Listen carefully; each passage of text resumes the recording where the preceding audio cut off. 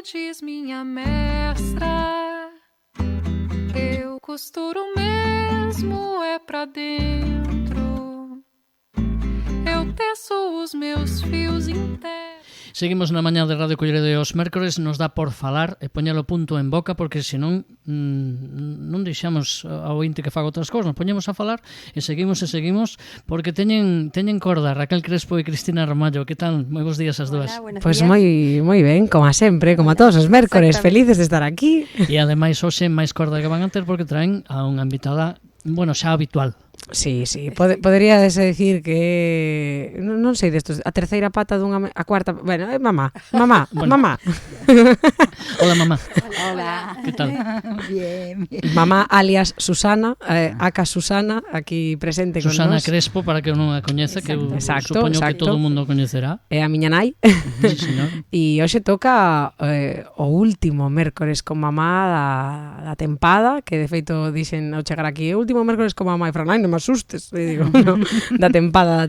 Espero que o ano que ven mamá tamén veña. Sí, claro. Eu creo que sí. ¿Mamá? Sí. Ah. Gracias. Digo porque como lle pagamos tanto, a mellor di, bueno, non a base é de amor, ¿no? A base de amor, Bueno, que renovar contratos. Que a mí na casa chámame pesada por dar tanto amor e tanto abrazo, o sea, ou non. Ás veces. Bueno, hoxe vamos comezar o programa. Quería comezar cun texto, vou no ler e despois explico o que, vale? Unha muller, metade actriz, metade costureira, percorre o mundo co seu carromato. Un fogar con rodas que ao mesmo tempo é escenario e taller. Viaxa soa, pero sempre acompañada. Xunto a ela, unha araña, discreta, incansable, tecedeira de silencios. Que acontece cando alguén tira dun fío que non debía? Que segredos agochan os tapices que levan séculos contando o mundo? É difícil comprender o xersei cando só es un fío, pero ás veces abonda cun tirón para que todo o entramado comece a se revelar. Esta é unha historia sobre as mans que crean, as voces que narran e os fíos invisibles que tecen as nosas vidas. Punto en boca. Vale. No. E isto que acabo de ler é a sinopse da peza que imos estrear o día 28 de xuño ás 8:30 da tarde no Xardín Botánico do Burgo, que chámase Punto en Boca. Non o esperaba, Verdad? Por fin chegou. Bueno, sí, chegamos a eso e miña nai ven hoxe aquí porque aparte de ser miña nai tocaba un mércores con mamá porque formamos equipa, non simplemente familiar, sino laboral, e eu estou de actriz, pero ela é a dramaturga da peza. Así es. Punto en boca, 2 puntos entre fíos anda o lío, que é como se chama esta peza, porque son 2 en total. Hai unha que estrearemos en setembro e esta é a familiar, cun plano máis, pois iso, familiar para todos os públicos, cun toque máis infantil, sin ser infantil, que era algo importante de feito, sí, para nós. Algo que dixeches que non querías que fora unha obra solo pensada para os nenos, sino para os nenos, os pais e os acompañantes, claro, que desfrutar, amplificar un pouco esa edad, non? Pero que de feito dicíamos dende o inicio que teña un toque de realismo máxico, non? Como Agua para chocolate, este tipo de pezas que dis que estou vendo, non? Si teatro, un pouco de maxia ou algo que é real, pero que a veces se sae un pouco da verosimilitude ou non do tangible, sino que viaxa un pouco máis arriba e, bueno, xogamos un pouco con as metáforas, non regalar a historia, deixala un pouco aberta para que a xente, aínda que ten un principio, un desarrollo e un final, si é verdade que cada un pode interpretar ou imaginar que o final é de unha maneira ou de outra. Sí.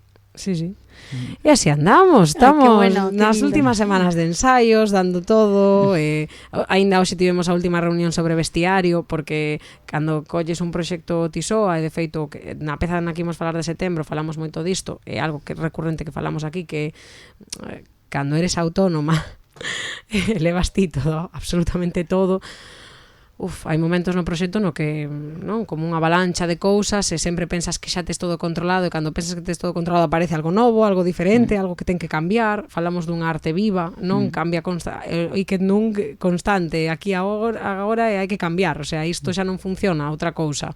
Hai un momento no que hai que decir basta a deixar de ser tan creativos, pero estamos nese punto, verdade, de vestuario, sí.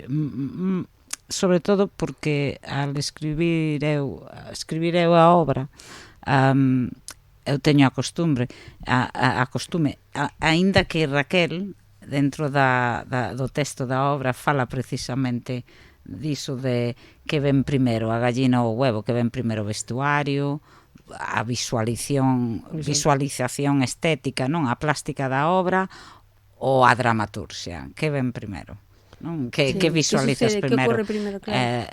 Entón, dá igual, a veces empezas con o texto, a veces visualizas a imaxen e sobre eso vas creando o texto. Aquí, a facer eu o texto, si é verdad que eu teño a costume de estar imaginando xa o personaxe, xa o vexo vestido, e claro, aí como Raquel leva todo o cargo da obra, non? Eu deixei ben claro que eu escribo, pero ti tes a liberdade de poder adaptar, levar a teu terreno o texto, non? Que non pasa nada, o sea, ela ten que saber o que quere e o que pode aceptar dentro do texto. O mismo pasa con o bestiario, ¿no? Sería claro, bestiario. A ver si entiendo bien que es como una cierta flexibilidad de una con la otra respecto de, bueno, esto que creo es flexible cuando tú lo adaptes a tu parte y al revés también, ¿no? Es como trabajar juntas. Eu imagino, sempre imagino os personaxes. Os colores son que me sale natural pensar.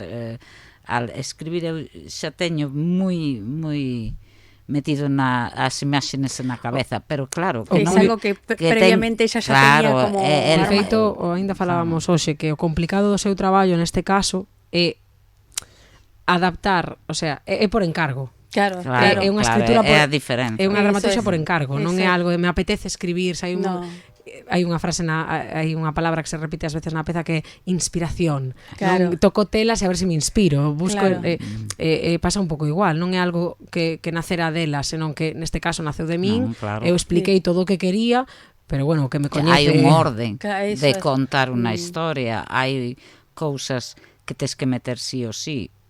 En este caso, eu penso dos encargos que tuven, é o máis cerrado. Sí. Non me deixou moito aire para poder reinventar nada, entón tuve que xogar con as pezas que ela me deu literalmente. Se non vos gusta é culpa miña, totalmente, porque pero bueno, aínda así hubo cousas que surdiron do texto de forma natural, pero sí estaba moi marcado. Ela tiña as ideas bastante claras do que quería contar, o orden, o tempo que quería contalo, incluso a estética. Me cerrou moito, me cerrou moito en banda, foi apretando o cinturón. Non é a primeira vez que traballamos. Así que algo desta naturaleza. Non, xa fixemos. Tienen aceitado el sistema para saber. As visitas guiadas escribín eu. Sí e non, porque sempre partía de, imagínate, ainda que lle mandáramos algo por encargo e ela escribía, tiña total absoluta liberdade, porque nosotros era como, non tenemos ni idea de buño, por favor, nútrenos, sabes, non temos esta idea base, pero danos ti, non? En este caso, claro, complicado eu sabía que era eso, que era, vale, é que ten que pasar isto e imagina, entón isto é bonito, non? De traballar que creo que é bonito de traballar en teatro, que mira, cando fixera o TFE, Diego Rey, que de feito un dos directores, actores, dos componentes da compañía de Talia Teatro, coñecidísima aquí en Galicia. Diego fora o meu director no TFE e el me dixera unha cousa unha vez, cando me pedira para estar con el de actriz no seu TFE, para mí foi como, wow, Dios mío, Diego, sí, claro que sí, o sea, por suposto. E dixenlle, José, non me chegas a dicir ti, eu creo que faría algo soa. E me dicía, mira, Raquel, non fagas aquí na universidade nada soa, porque despois, cando te enfrontes ao mundo de verdad, ao mundo profesional, vas pasar moito tempo soa, vas traballar moitas veces soa, porque é máis pequeno do que parece o sector, non hai traballo para... E ás veces, cando atopes a túa propia voz, quererás traballar soa. Entón aproveita hoxe que ven un director, que unha directora ou que sexa, para ir testando, non? E neste caso chegou ese momento, non? De, vale, si, estou soa, pero grazas ao que sexa teño unha man que é aquí miña nai que a que podo agarrar e traballar xuntas e ver que aínda que teñas cousas claras e demais sempre vai haber o seu punto de visión que vai mellorar 3 veces máis o meu. Di, Fran, perdón. E non é necesario, neste caso, ahora que mencionades, porque ti encargas como a produtora e a tua nai o que fai é un pouco pues, crear con esas bases non que ela che daba. Pero para eso ten que haber sintonía, que hai evidentemente, non? Porque o mellor con outra persoa non era igual tan fácil ao mellor, ou sí. A ver, eu penso que ten que haber unha química. Raquel, máis eu non sei se é química, pero falamos o mesmo lenguaxe artístico, entón, porque ela se ha creado con min, eu con ela, non? Entonces falamos o mesmo lenguaxe, entonces, aínda que non estemos de acordo, si nos entendemos. Sí, entonces, sabemos exactamente o estilismo, por onde van os tiros. Eu penso que igual son un pouco máis, a mí gustame tirar moito pola poética, non? Teño unha imaxe un pouco máis poética para este tipo de historias, sempre me gusta deixar eso patente.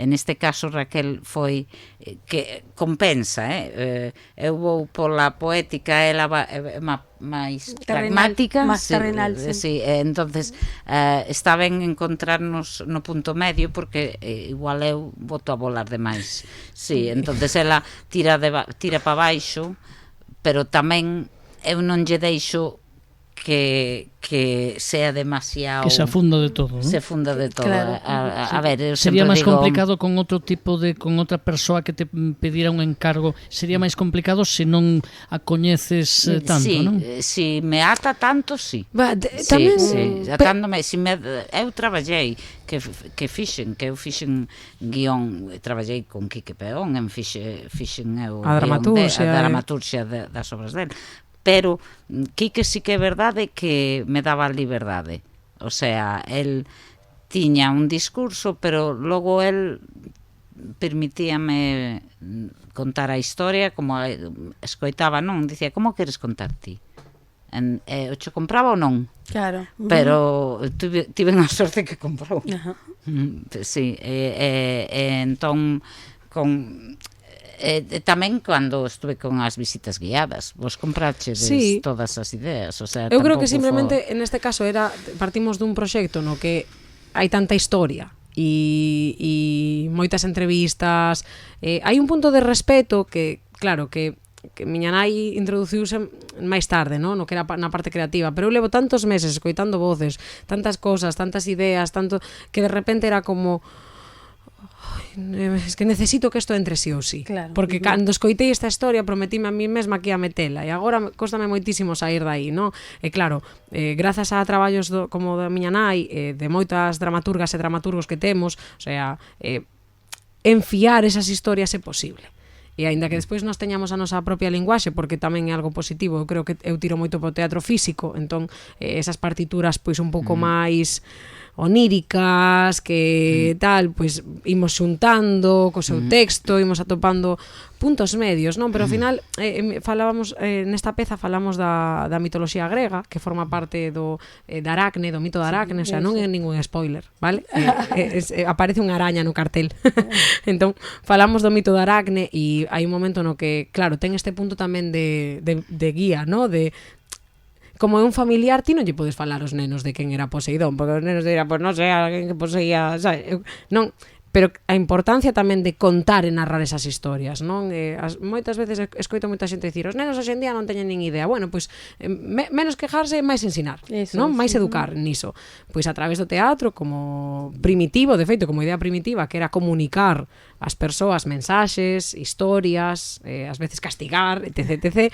Pois neste caso non falar da mitoloxía Ademais, a mitoloxía ten moitas moitísimas historias, moitísimas. Esta concretamente do vídeo, escribiu o vídeo, a da Aracne.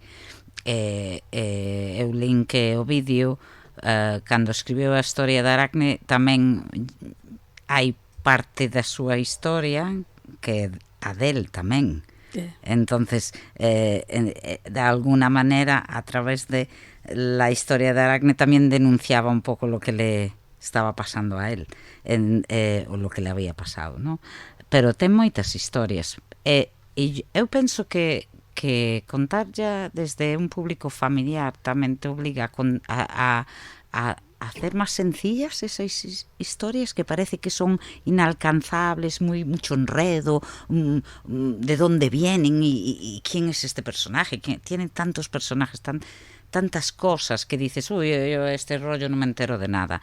Sin embargo, cuando cuentas desde lo sencillo, la simplicidad, contar la historia, quita, aparta un poco todo ese ruido alrededor de la historia que la gente no conoce, a menos que conoce toda la mitología, y cuéntaselo a un niño, cuéntaselo, aunque no sea un niño, la capacidad de entender un adulto la historia desde la simplicidad, como si fuera un niño, es maravillosa. Yo lo hice con Edipo.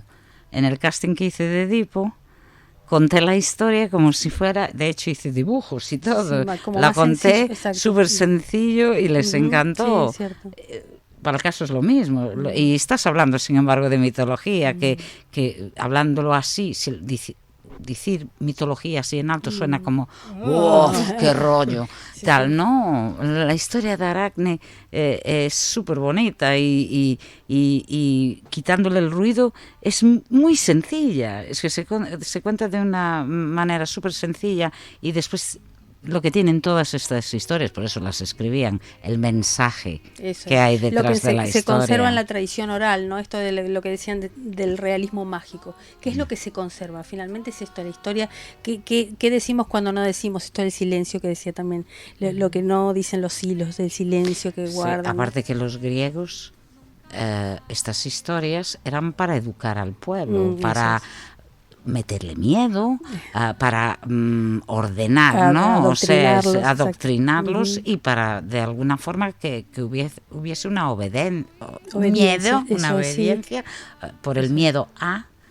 Para eso estaban esas historias. Sí. Entonces, a mí me parece historias eternas, y que están mucho, mucho más interpretadas en la dramaturgia actual, por lo menos en los conceptos de esas historias. Han cogido los conceptos, humanizaron igual el personaje de Aracne, más de lo que pensamos, porque hay muchísimos mensajes, y muchísimos conflictos, y ¿qué necesitas más para escribir una obra que tenga un personaje interesante, que haya un conflicto y un desenlace, o sea, interesante, con un mensaje? Aracne. Exacto, eso. E así andamos, enfiando historias. Eso. E, bueno, a mí o que sí que me gustaría decir que, bueno, a historia realmente de o director do CDG, cando empezáramos a falar de punto en boca, el falara de Aracne, o sea, foi o primeiro que sacou, e a historia simplemente empezou a fluir no momento no que te metes nun taller, nun sótano húmido, a coser, e de repente miras para arriba e cando estás soa ves que non estás soa, que sempre hai unha araña que te acompaña, sempre vai haber unha que mentras a máquina furrula ela está tecendo a súa tela de araña en galego, arañeira, eso. Qué bueno. Estou cansada de dicilo e non me saía agora. Arañeira. Pero vale. A súa arañeira, así que, por favor. Aparte que hoxe estuvimos falando dunha cousiña que simboliza a araña, non? A araña fai como é? Unha arañeira, non? Nós, sin pensalo, vemos unha arañeira, que facemos? A rompemos. Pois esa araña se segue viva, se non a mataches, a noite seguinte que cando traballa volve a construir esa telaraña. Pon parches, a remenda, é unha costureira, a remenda. Entonces, para min, a forza de voluntade que ten a arañeira é constructora, non é destruidora, ¿no? Destructora. Entonces, la tenacidad de volver de otra vez, ¿no? De la destrucción y siempre para construir, no para destruir. Sí. Entonces, a mí fascinoume, de feito eu as arañas nunca me gustaron, e sin embargo desde que empecé a escribir a obra eu teño a costume de ler moito sobre o que teño que escribir, non? Ahora non son capaz de mirar unha arañeira sin pensar detrás desa arañeira hai unha araña que canto lle vou facer eso e vou quitar ya eu, o sea, é increíble como che cambia a visión. Así que hasta el 28 haciendo 28 telas de araña. Exacto, así que os nosos ointes todo o mundo 28 que non falte ninguén porque vamos pasar lista. Exacto. Eso.